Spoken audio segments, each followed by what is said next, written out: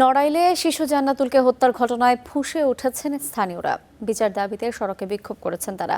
অভিযুক্ত প্রতিবেশীকে আটক করেছে পুলিশ। এদিকে সাতক্ষীরায় শিশু হত্যার পর অভিযুক্তকে গণপিটুনিতে মারার ঘটনায় এখনো থমথমে অবস্থা। মেয়ে জান্নাতুলকে হারিয়ে পাগল প্রায় মা, কিছুতেই থামছে না আহাজারি। শিশু হত্যার প্রতিবাদে ফুঁসে উঠেছে নড়াইলের রামচন্দ্রপুরের মানুষও। মহাসড়কে অবস্থান নিয়ে করেছেন বিক্ষোভ, দাবি জানিয়েছেন বিচারের।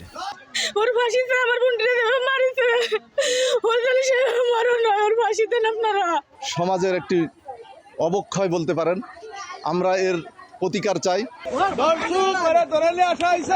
জান্নাতুল হত্যায় অভিযুক্ত প্রতিবেশী রবিউলকে গণপিটুনি দিয়ে পুলিশে দিয়েছে স্থানীয়রা। পুলিশ বলছে ঘটনার তদন্ত চলছে।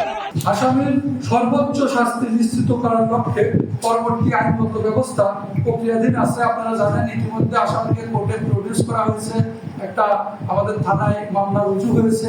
এদিকে তৃতীয় শ্রেণীর শিক্ষার্থীকে হত্যা ও পরে গণপিটুনিতে অভিযুক্ত নিহতের ঘটনায় এখনও থমথমে সাতক্ষীরার নলতা।